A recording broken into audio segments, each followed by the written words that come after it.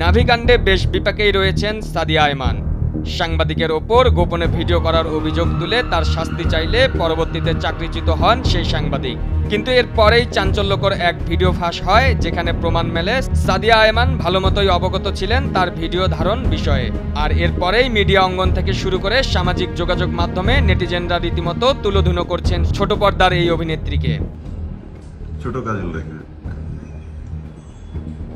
নেটিজেনরা বলছেন মিডিয়া অঙ্গনে নাভি ইস্যু আহামরি তেমন কোনো বিষয়ই নয়। এছাড়াও নেটিজেনরা সাদিয়া আয়মানের ইনস্টাগ্রাম প্রোফাইলের ছবির উদাহরণ দিয়ে অভিযোগের তীর তার দিকেই ছুড়ে দিয়েছেন। তাদের দাবি সাদিয়া আয়মান ধোয়া তুলসী পাতা নয়, সেটা তার ইনস্টার ছবি দেখলেই বোঝা যায়।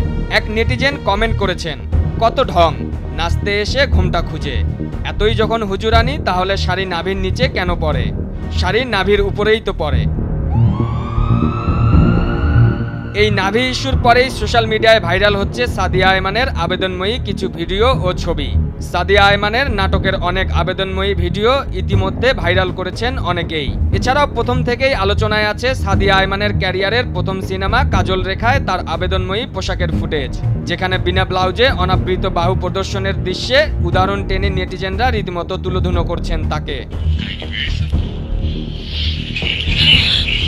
সাদিয়া আয়মানের ইনস্টাগ্রামের কয়েকটি ছবি ইতোমধ্যে বেশ আলোচনায় রয়েছে, যেখানে নেটিজেনরা শাড়ি পরিহিত তার একটি ছবিতে নাভি ইস্যু তুলে ধরেছেন। এছাড়াও তার খোলামেলা কিছু ছবি নিয়েও সোশ্যাল মিডিয়ায় চলছে বেশ আলোচনা সমালোচনা।